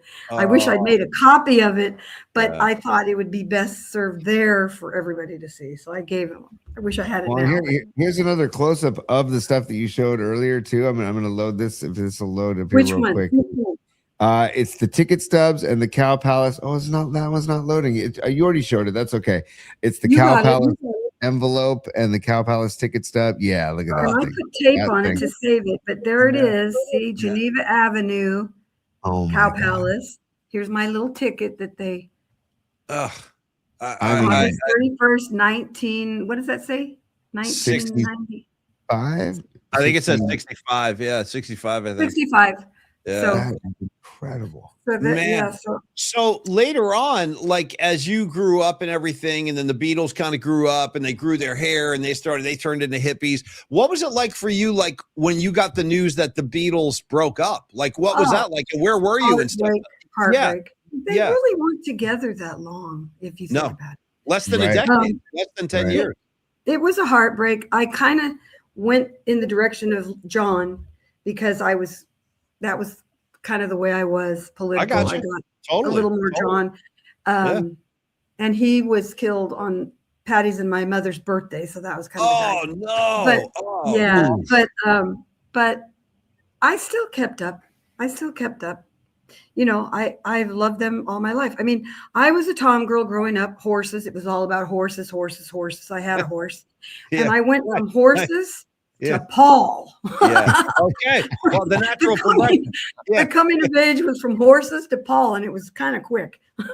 Did you ever go see McCartney in concert? I've seen Oh, him. yeah. and- Another yeah. one Patty took me to. I've seen Nice. Paul twice. My sister's taken me to a lot of concerts. So I can tell. Yeah. She I think has- you guys are really Bryce. cute. You guys are really cute. The way she talks about you, you can tell she's very, very fond of you. No, for real, for real. Like the way Seriously, yeah. she talks about you, and I can see. we've definitely had our moments, and she'll tell you that too. But I think at this stage of the game in the last years, we're really together. I love my sister a lot. And I look back, she's done a lot for me. A lot. She really has. And the Well, you know, concerts are just one thing. Yeah, she's like that. I think that's Patty's kind of true inner personality, because you said she does a lot for you. I don't know if she's told you this, Juliana. She's actually helping us out on the show too. She She's like, did tell me. She was laughing about a couple things, going, "Oh my God," because she knows what she's doing. She knows what she's doing. I know, and that's what it's like with us. It's like trying to herd cats. Like we don't know what's going on. But she's very valuable as a friend and as a kind of a advisor to everything we're doing here. Now, before we let you go, I want to say and thank you, Juliana. Should I tell the Paul story quick? Yeah, Because you I gotta. have a ton more stories, but it's for another show. Okay, So okay. my friend Linda, who's here, Linda and I think we were 12. I was living at my aunt's house and she lived behind me, and we would get together. And we went up to the corner store one day. I have no idea how we got this number. I looked all over for a letter I had that was supposedly from Paul. We'd had a phone number, Garston 6922. That was the number. Okay. We walked up to the little store and they had a phone booth outside. And then in those days, you know, you just told the operator you wanted to call London or Liverpool. Yeah. Right. And so we got the operator. We said, we want to call Garston 6922. Nice. And it started ringing and we started freaking out. So we hung up, and then we did what we were supposed to do and we went home. But in the meantime, unbeknownst to us, and during our walk back to my aunt's house, the phone booth rang because the operator called back and the store owner answered it, and they were like upset. And so he called my aunt. So by the time we got home back to her house, she already knew what we'd done. And we got in so much trouble. They were telling us, you're going to have to pay for it. We didn't, but you're going to be having to pay $15 and blah, blah, and all this stuff, you know. And so that's what we did. The phone, I wish we hadn't hung up, but we did. We got scared. By the way, it's not just me, Tony. It's not just me. It's not just you. I'm telling you right now, Juliana, the audience is embracing you like you wouldn't believe. Here's a comment from my main man, Stevie Bisecchio. He goes, I'm starting the official petition for Juliana Part 2 in the near future. And you've won over the PMP crowd. I'm telling you, the audience loved you. Well, I'm very honored. I love it. And I I got to tell Patty again, thank you, because she's the one that was telling me, you got to get on. You got to get on. You're going to love it. You're going to love these guys. Paulie can be a little wild, but get on. I can be a little wild, but I'm harmless. I really am. I'm harmless. I'm like I love it. It's the scouting report. I love it. Also, really quick. Anytime you want me, I'll come back. I have more stories. So do you have in your possession right now in that stack, do you have a Led Zeppelin ticket stub in there? I didn't ever see Led Zeppelin. Okay, gotcha. I saw David Bowie. Nice. What, like the Spiders from Mars era when he was doing the whole thing? Yeah, like, and he was lowered down from a helicopter onto the stage. It was really cool. They did that stuff then. It was different. It was just different, you know? Yeah, All the locals, saw Janice a million times. Quicksilver was my favorite. I like the Dead, but I love Quicksilver Messenger Service. Yeah. Janice, Where'd you see all of them. Where'd you see them? Pardon? Where'd you see Quicksilver Messenger Service? Everywhere. They played everywhere. I saw Van Morrison one time get drug off the stage at the Fillmore because he hit Bill Graham with a microphone. Remember how the microphones used to be with the long wire? Yeah. And he was so messed up. And Bill Graham was telling him to get off, and he just hit him, and they just drag him off. Van's a little guy, too. I love it. Of course, he's clean and sober the last few years, so he's okay. Did you ever see? Here's my last question, and I'll let you go. But did you ever see Sly and the Family Stone? I don't think so. I would have liked to, but I don't. Think me too. So. Yeah, man, right? Me too. I would have liked to. And Paulie. Yeah, Paulie, really quick. I saw Patty mention in the chat. You got pulled out of the Uptown Theater, supposedly. Oh my God. I was going to save that story for next time because one more. Let's hear this one. I want to hear about you. Yeah. This one's really good. Patty, she's telling on me. Okay. So 13 years old, 13 and a half. It's the summer between 8th grade and 9th grade. My friend Donna Holder and I had tried out, and we were beginning new pom-pom girls for the 9th grade. Nice. So it's Silverado Junior High. So she came to spend the night with me. It was August, I think. It was in the summer. And we wanted to go see Help. I'd already seen it. I don't know how many times. My mother said, you girls can go, but you can only see one show. Because they'd show, the matinees would go, they'd show 3 or 4 times in a row. Yeah. That you have to come home after. You need to come home. And so we didn't. So we went, we saw Help. We stayed about 10 minutes into it, 15 minutes into the second one. Here comes a flashlight down, and this is at the Uptown, and it was just one big theater then. Here comes a flashlight. My mom knew everyone. Patty will tell you that, everyone, and she knew Sheriff Earl Randall. She knew everyone. And here's the light, and he shines it on us, and he says, "Are you Julie and Donna?" He's a cop. He's all, we went, yeah. And he goes, "Come with me." He takes us to the lobby of the Uptown, and he just gives us heck and tells us, you guys should be listening to your mother. And then he makes us go in the cop car and takes us home. I've been there. We were freaking out. We were young. They would never do that today, but we were hiding. Somebody's going to see us. We're the pom-pom girls, Hey, and my mom was there waiting, just waiting with her hands on her hips. Yeah. So Juliana, your mom called the cops on you guys and said, that's and Patty will tell you. I could tell you a story, but I don't know if I should about Patty. But my mom was tough. Save it for part 2. And Patty's commenting right now. Actually, Patty says Juliana never listened to my mom. You guys get. but so, Tony. Before we go, I want you to see my husband Kenny. Look. Yeah. Come on, dude, tremendous, right. Tremendous. Is that? Hold on a second. Is that Sam Elliott or is that your husband? Everybody says that. Yeah, you know what? I have people stop me on the street and say that. Dude, you look great. This is a handsome couple. Look at these two guys, man. I love this. Man. No, wait. One last thing. I got to do a plug for our team here. Sure. FC Portugal. Nice. Yeah, we could do a whole segment on that, man. We're in first place. Okay, enjoy. We're 49ers fans, and we have what do they call that thing that we have that we watch all the games? We have Game Pass. We have Game Pass. We watch all the games. but I had to have like some local action. So I got season tickets for FC Porto. I love it, man. Good for you. I love it. Tony, show these guys the super before we wrap up, because there's a message for Juliana there. Yeah, this is from our Don Peralta. It says, thank you for your amazing stories and your laugh, Juliana. You and Patty are the best. Thank you. And I'd like to add, thank you for introducing us to Sam Elliott as well. That's incredible. Yeah, we got a bonus. We got a Sam Elliott drive-by. I didn't expect that. I didn't see that coming today. Hey, Juliana, thank you very much for taking the time all the way from Portugal. You are lovely. Yeah. I can see why Patty's so fond of you and speaks so highly of you. And by the way, stay loose, because we're coming back for part 2 at some point. Okay, I'm ready. Let's do it. Okay, bye. Thank you again, Juliana. Take care. Great to meet you too. Bye-bye, you guys. Bye. Thank you, guys. Bye-bye. Tony, mark that down for best of. Mark that down for best of when Juliana's husband comes walking in, dude. That I thought the same thing. I was like, dude, I didn't know Sam Elliott was in the building.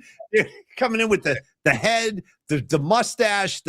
I'm blown away, Tony. She was awesome. Juliana for life. That was incredible. Patty, that was incredible. Patty, thank you. So just to give the background on that, Patty basically sponsored the segment and said, I want my sister to be on Show Us Your Stubs. She'll talk Beatles.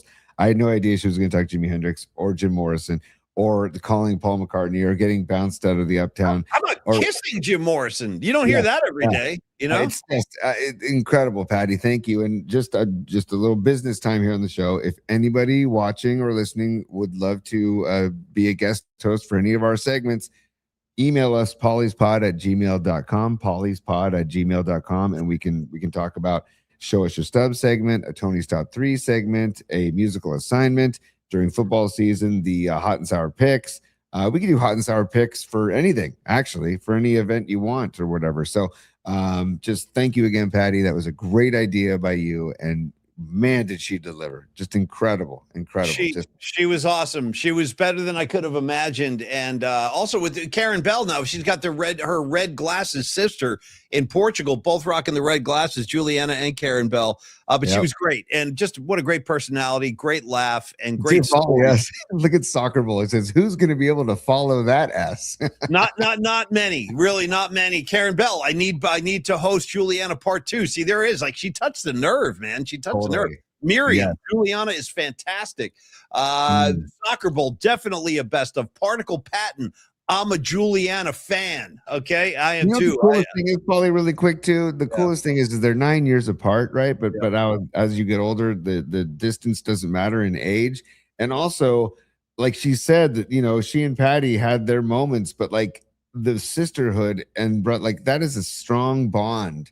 And you could tell just by the way she was talking about Patty that how much love was there. So I admire your relationship greatly, Patty. That's incredible stuff. And it goes to show you that no matter what happens during your childhood, there's a lot of years ahead of you to be very tight with your siblings. Oh, yeah. Tony, here's what I want to do. Final moments today. I want to, we actually need to give some love to Dr. Matt Young. And I have a message to relay from Dr. Young to all of you. But before we go there, let's we have another super from Don Peralta here. Yes. Let's do this because it's got some good information. Okay, let's go through this real quick. Yeah, stand by, Paulie. It's business time. I know what you're trying to say. You're trying to say it's time for business. It's business time. Ooh. All right, there we go. Don Peralta, dude. Thank you, Don, for being supers, brother. And by the way, these sound bites are sounding better on the soundboard because guess who took the Rodecaster soundboard under his wing over the weekend and said, you know what? I'm going to reload all the sound bites. Don Peralta. You told me to guess. Yeah. Oh, yeah. Sorry. And he said, I think I have a way to figure this out if we load the sound through the app. Rodecaster has an app and blah, blah, blah. Anyways, Don figured it out because he's a badass. So Don Peralta, thank you. And he's also super saying opening day live stream update. Please email pauliespod@gmail.com to join the show live. We will share the link on 3/25 at around 3 p.m. to interact with us live at Standard Deviant around 4 p.m. ish. We're big ish people. If you couldn't tell by now, we're big ish people. So Standard Deviant opens their doors at 4 o'clock. Game starts at 5:05. So right around that first half hour, we'll be getting going on the live stream. And we want people to check in, and we'll have a live mic as well that people at Standard Deviant can say hello on the live stream, and people on the live stream can check out, and it'll be a lot of fun. And looking forward to it tomorrow, Paulie. I can't believe it's already here. I cannot believe opening day is almost here, dude. I'm so freaking pumped. I'm really ready too, and it has been such a troubling, for lack of a better word, it's been a troubling year of Warrior basketball. You know, watching the game last night, there goes Moses Moody. Now he joins the wounded, you know, in the hospital bay. And so it's like baseball's coming around at the right time. Like, I'm ready to change the scenery, man. I'm ready for some baseball. And frankly, truly, I'm eager to see Tony Vitello in action. I'm eager to see how this group gels together. You mentioned Devers earlier in the show. I think he's going to have a good year. I think Devers he could potentially have a really big year. I think he can settle in, Paulie. He can settle in and not be traded midway through the season. He can settle in, and he and Adamas and Chapman are like they are the leaders of this offense. And you got Arise. I was watching Arise's at bats last night, and you've been talking about Arise like for freaking weeks, dude. You cannot. They have a bona fide leadoff hitter. They haven't had a bona fide real leadoff hitter in years, dude. Since Andres Torres, Greg LeBlanc.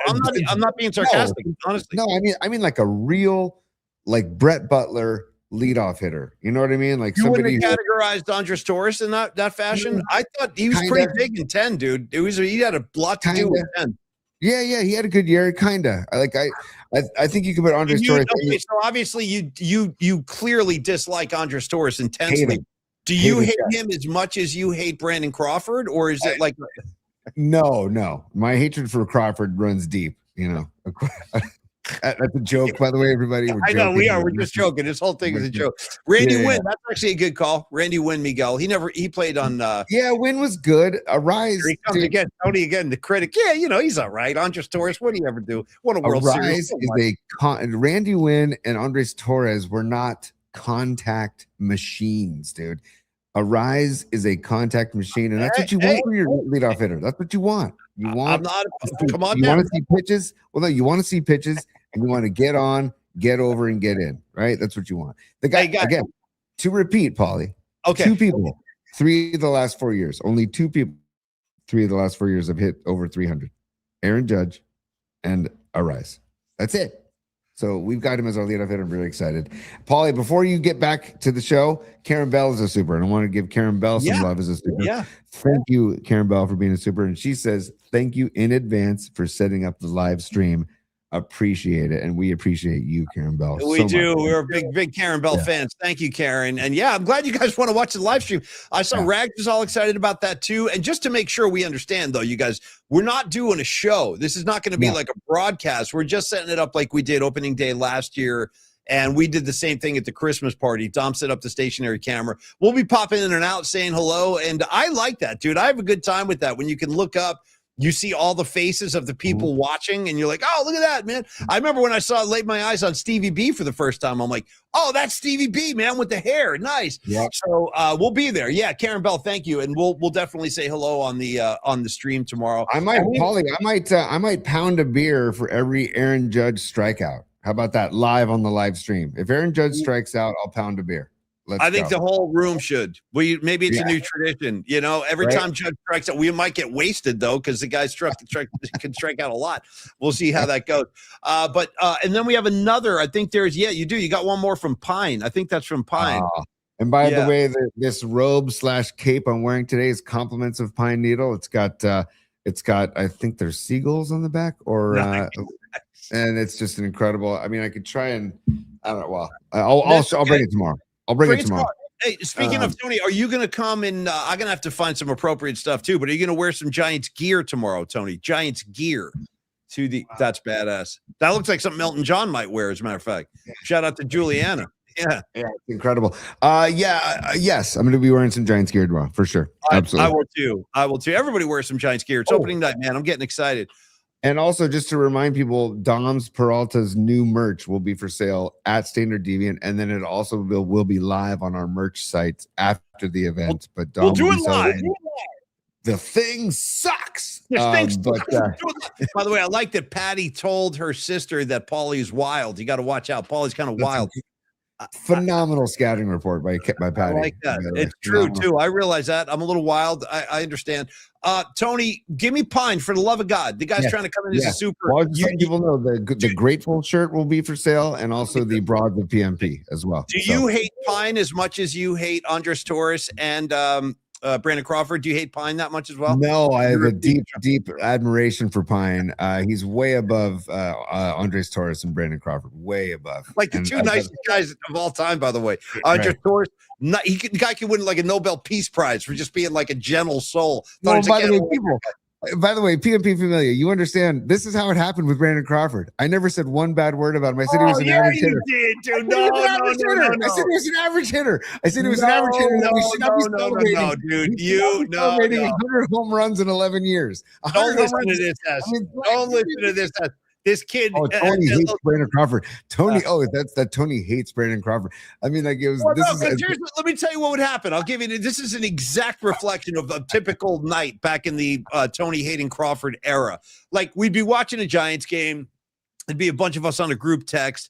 All of a sudden, Crawford would hit like he'd have like a 2 RBI double. He'd knock in 2 runs. Crawford's on second base. Tony'd be like, "Yeah, big deal." He'd send a text out and be like, "Yeah, big deal. We're still losing," or something like that. Or then you would be like, when Crawford would hit a home run, everybody would like break Tony's balls. Is that okay with you, Tony? Crawford hit a home run. Is that okay? Your former co-host wanted to have like a civic holiday because Brandon Crawford hit his 100th home run in his 10th season. When you do the math, that's 10 home runs a season. I expect at least 10 home runs a season. I'm sorry. I like that you're dropping a civic holiday, not just a holiday, a civic holiday. I'll tell you, you know what, bro? You want to know what? For the love of God, I know you hate Pine Needle. Would you please put him on the show? Please. Oh, sorry. I love Pine Needle. Are you kidding me? I'm wearing Pine Needle's relics. Are you kidding me? I'm trying to help. Here he goes. Finally, for the love of God. Okay, read it and apologize to him, for God's sake. First of all, Pine Needle, we're sorry. We're sorry. Okay, Pine Needle, and thank you so much for the backdrops and the garb. Thank you, Pine Needle. He says, I'm going to the game with my son, and then I'm going to the brewery after. Hopefully, many of you will still be there. Hitting Longbridge in the afternoon. If it's a blowout, I'm leaving early. You mean a blowout? Giants 10, Yankees 2, right? That'd be nice. Okay, that would be nice. Yeah, but Pine, I'll be there. I'll be sticking around. I that's probably my biggest fault in life is I don't know when to leave, and it drives my wife Megan crazy. So I'll probably be there, Pine. So hopefully I'll be seeing you after the game. Okay, well, Tony, make sure you don't drive tomorrow night. Then that's the only thing I got to say. Caltrain, dude. Caltrain. It's all about Caltrain. Good man. Yeah. Everybody, let's be careful tomorrow. Stevie B, by the way, already throwing out the appropriate instructions to Pine Needle. He goes, yo, Pine, if you're going to LBP tomorrow pregame, take Stevie B's advice. Eat the chicken parm sandwich. You got to trust us on this. You're going to be thanking us profusely because that is the chicken. That's it. My search for chicken parms, it's over. The long search has come to an end because I got a great one at Longbridge right now. Hey, not going to talk Longbridge. Who sings "The Search Is Over"? You were with me all the way. The search is over. You were with me. One of those '80s guys. I don't know who is that. That's not Brian Adams. That's not Brian Adams. No, not Adam. I'm going to say Marks, Marx, Richard Marks. Yeah. By the way, Brian Adams going on tour this summer. Well, I'll be there. I need to go see that gig, and so do you. Paulie, we're both wrong. Survivor. Listen. You know, I'll learn something every day. No problem. No problem at all. Okay, Tony, I was going to say, and thank you, Pine Needle. No problem at all. Go ahead, Paulie. No problem at all, Mr. Spicoli. I think you know where the front office is. Okay, Tony, for God's sake. A word on Dr. Matt Young. Okay. Oh, well, let's get inside the mouth, Paulie. Let's get inside the mouth. Let's get inside the mouth because it is time to talk about Dr. Matt Young, DDS San Francisco kiddies. He is 25 years in the business. You can start right there. Highly decorated, highly accomplished dentist. And I'm not exaggerating. He really is, as I will demonstrate in a moment. This guy goes around the country and lectures to conference halls filled with other dentists about implant surgery. He's maybe the best in the entire country at that. If you need implants, implant restoration, stuff like that, you're in the best possible hands with Dr. Matt Young. Now, I talked to Dr. Matt Young yesterday, a couple of times actually, because I wanted to make sure he's been really busy. He's been super busy lately. And I know I wanted to make sure that he would be in attendance, or at least could be aware of the fact that we're having a big opening night party tomorrow. He wanted me to send his comments along to the entire community. So unfortunately, he cannot attend because he's on a plane right now flying back to Buffalo to go visit his old man. He's going to be with his dad for a few days back east in Buffalo. So no Dr. Young tomorrow. But we will miss him, and we love him. And just to finish the spot for Dr. Young, if you're new to the show, because I did see some new faces up there tonight, let me just encourage you to follow my suggestion and make an appointment with Dr. Young if you're looking for a new dentist or you're just unhappy with the dental care you've been getting. This guy, you're not going to find a better human being, not just in a dental office. You're not going to find a better human being anywhere. This guy, he's, again, this is consistent, like with all our sponsors. This guy cares about his clients. He cares about his customers. He cares about San Francisco. He's been in the business, as I said, 25 years in San Francisco. He's down on 490 Post Street, right off of Union Square. And again, he offers all of the dental procedures you could possibly need. Everything from just your standard cleanings to fillings and cavities and implants and veneers, emergency care, orthodontics. The entire team down there is rock solid, very friendly, very accommodating. They have weekend hours. Tony's going to tell you about that in a minute. But as I mentioned, he is the president of the American Academy of Implant Dentistry. Please do, at your own leisure, check out the thousands of positive reviews on Yelp and on Google. There's all his customers speak very, very highly of him. And you'll see why. You'll see why. If you're a nervous Nelly like me and you're getting uptight in the dental chair, he will calm you down. Let him know what you need. Be like, hey, Dr. Young, can I have this? Can I have that? Can I have headphones? Can you get me some Stormtroopers of Death? Can you get me Quiet Riot's first album? Just something to calm my nerves. Mm-hmm. He'd be like, you know what, Paulie Mac? Hang tight. Let me go grab Mental Health. I'll be right back. And I'm kind of riffing, but I'm also telling you the truth. He will give you whatever you need to calm you down, including the headphones. So reach out and make your appointment today. You will definitely be thanking us for this one, folks. 415-392-8611. Dr. Matt Young, Tony. Paulie, and I'm looking at some of the reviews right now, and I want to talk about the technology of the Young SF Dental Group, because when you are in the chair, they will take pictures of your teeth, and it won't, Dr. Young will be like, he'll tell you what he sees, but then he wants you to see what he sees. And so he shows you the film and the pictures of your teeth and where exactly he is going to do the work. And seeing that made me just feel so good that I could actually see, like, oh yeah, it's right there. I see that little dot there is a little cavity or a little infection that I need to get rid of. And I just love that they use that technology to their advantage and for you to feel better. And then I was looking at the reviews, Paulie, and this is from Shannon. Okay, this is from Shannon, not Shannon Kaler of the Stone Foxes, although Shannon should probably go in because he's got the yellow teeth syndrome. He needs to get some whitening. This is Shannon S. Amazing. They made every effort to take care of all my needs and squeezed me in for a wisdom tooth extraction. It was over in a jiffy. The team was so nice and did little extra things to make me feel cared for. Dr. Young was easy to talk to, incredibly knowledgeable, and I felt like I absolutely knew everything that was going on. It was awesome. So it's just, you know, like if you're this is from Amber, okay, Amber B. If you're anxious about going to the dentist like I was, then Dr. Young and his staff are exactly what you're looking for. They did an incredible job making me feel comfortable and cared for. I definitely recommend choosing Dr. Young. Oh, and by the way, Paulie, guess who was in the chair with Dr. Young yesterday? But Megan, my wife Megan, was in with the chair with Dr. Young yesterday, and she came home saying it was great. No, and I know. Like, I know. Yeah. And she was like, I love talking to him. She's like, we had a great conversation. And she was talking to him about going to Buffalo. And she was talking to him about his son, Joe, who's playing freshman baseball at SI. And it was just, she said it was just a great experience. So this is just not from me. It's from my wife, Megan, and all the reviews. So again, and I harp on this all the time, but please know that they are open for your convenience, 7 p.m. on weekdays. And hey, Saturdays open until 4 p.m., 6 days a week. Saturdays open until 4 p.m. 415-392-8611. Or if you want to email, you can email them info@youngdentalsf.com. And I promise you, if you email or if you call and leave a voicemail, they will get back to you very quickly because they're very responsive and they want to get you in there and take good care of you. Thank you, Tony, and thank you, Dr. Matt Young, so much. Hope you have a nice trip with your dad back in Buffalo. You read that review posted by Amber. Got to shout out other great Ambers before we go today, Tony. I hope you're ready for this one. Shout out Amber Waves from Boogie Nights. Amber Waves. That would be Julianne Moore. Her character, I believe, was known as Amber Waves. Great name. Great name. By the way, you do remember when you were a kid what the recipe is to get your adult film star name, right? You got to use your middle name and the street you grew up on when you were a kid. So what is your adult star name again, Tony, before we wrap today? So it would be Edmund or Eddie. Edmund or Eddie Fernwood. Oh, good one, dude. Bring in Fernwood for this one. Bring him in. Yeah, tell him to get his robe off. We need Fernwood, dude. Fernwood.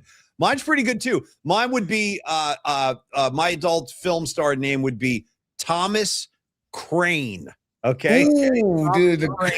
Yeah, true. Hey, where's Fernwood and Crane? Bring in Fernwood and Crane. We need both of them. We need them both. Yeah, we got a whole thing here. We're doing a group scene. We need Fernwood and we need Crane. Get them both out here. Here comes Don Peralta, strong. Joey Cedar, dude. Cedar. Yeah, very good. Dude, Particle Patton, Samuel Sandalwood. Dude. Beautiful. Samuel Sandalwood. That's a good one. Whoa, dude. Sweet Mad Hatter from the middle of Oregon says Lewis Cloudview. We need Cloudview. Get him in. Bring Cloudview in. Have you seen Fernwood? Have you seen Crane? Have you seen Cloudview? Dude, how about freaking John Joseph? Baron Rivera. Dude, that's a good one too. Starring Baron Rivera in his feature film debut. Yeah. Dude. Oh, dude. Pine Needle. Pine Trunk. Dude. Come on. Pine Trunk. I mean, what are you going to do? Patty from Napa. Charlene Legion. It's pretty good. You go, dude. I mean, Charlene. That's another name. You don't meet many Charlenes anymore, man. Not a whole lot. Particle Patton Paulie just said we need a adult film name bracket somewhere down the road. Maybe. Wait, hold on. Oh, where we have adult film star names like battling each other? Yes. Okay. And by the way, Mrs. Robot Centaur, aka Megan, who's about to have their fourth freaking centaur, she is Elizabeth Strawberry. About that, Elizabeth. That's almost like too real. That's almost like I'm getting nervous. P1 Chuck, Charles Aquisto coming in. Good one, dude. James Vanderwood. Dude, James. Oh, by the way, no, wait a minute. Yours is not boring. Catalina Linwood is not boring at all. That sounds pretty real, actually. Some of these names actually starting to get pretty spot on, you know? Stevie B, Baron Rivera for Stevie B. Come on, dude. It's incredible. All right. By the way, before we go today, I want to say thank you also to Robot Centaur, Fareed, holding down the PNP Sports Desk. When we were wrapping up the Dr. Matt Young spot, he had an update from the sports desk, and it is as follows. The doctors have reported from the medical staff of the Golden State Warriors, Moses Moody has a torn patellar tendon in his left knee. I imagine we are not going to see him for the rest of the year, would be my guess. And I just feel so bad because, the guy's been playing his guts out. He just got over that, what was it, a wrist injury. Yeah. He was back on the floor. And again, he had a really nice night. He was playing really well. 23 points, hit some big shots, and he goes down with just seconds left in the game. And it was a non-contact thing. It was just one of those unfortunate moments.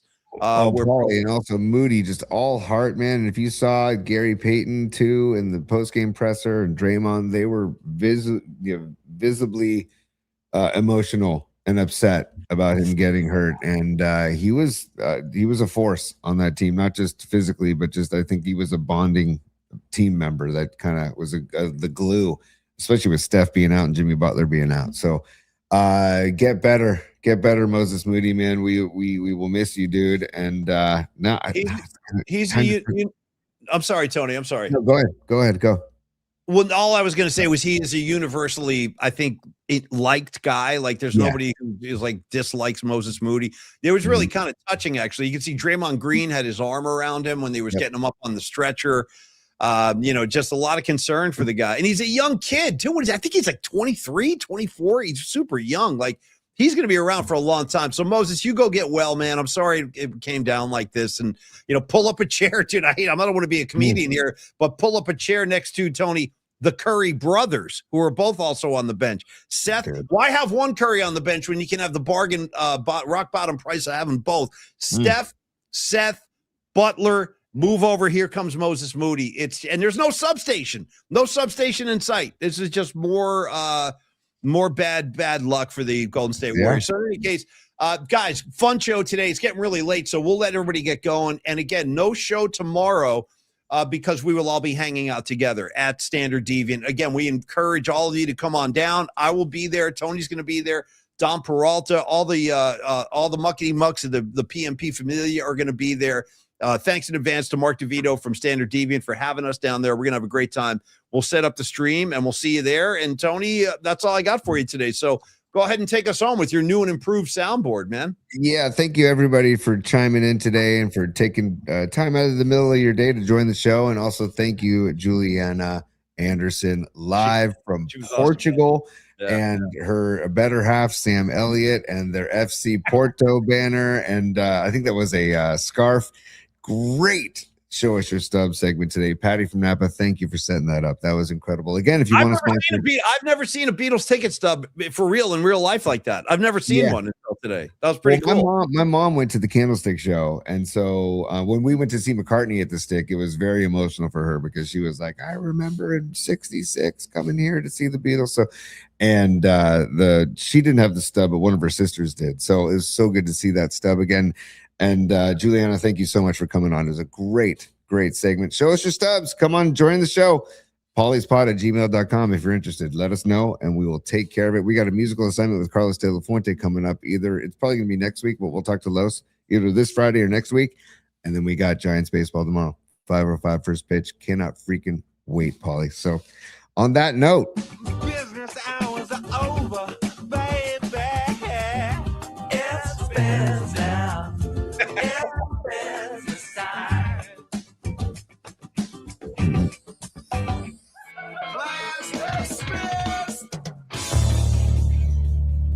Woo, baby! The king of the crossfade. He's back.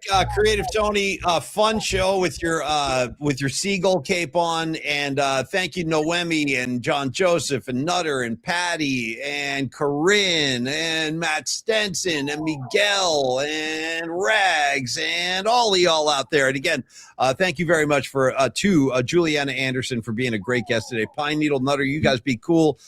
Thank you Robot Centaur for holding down the PMP Sports Desk. Tony, clean up your act, shave, get all cologned up and everything, and I'll do the same. No, I'm kidding. But I'll see you tomorrow night at Standard Deviant. We're looking forward to seeing you guys again. Our first official PMP hang of the year, and we're gonna have a good time. We're gonna watch Giant baseball. It's gonna be for real. Let's all get together, raise a glass, and watch Aaron Judge strike out hopefully 3 times tomorrow night. Creative Tony, I will see you there, my man. That's all. Heck yeah. Paulie, first of all, give me some good juju for tonight. We got the Little League Giants going up against the Padres tonight, 5:15. So I got Little League Giants, Arrow, the big time Giants tomorrow. I will give you a lot of particles. I'm sprinkling them right now. And I just got a very strong vibe when you said that. The Giants are going to beat the Padres tonight. I can feel it. It. That's all. That's all you need. Yeah, that's all you need. Love it. Yeah. Thank you, brother. And tomorrow, look for the live stream around 4:15 or so. Between 4 and 4:30, we'll be there. We'll see you there, kids. Have a great afternoon. We'll see you tomorrow night from Standard Deviant. Cheers, y'all. Peace.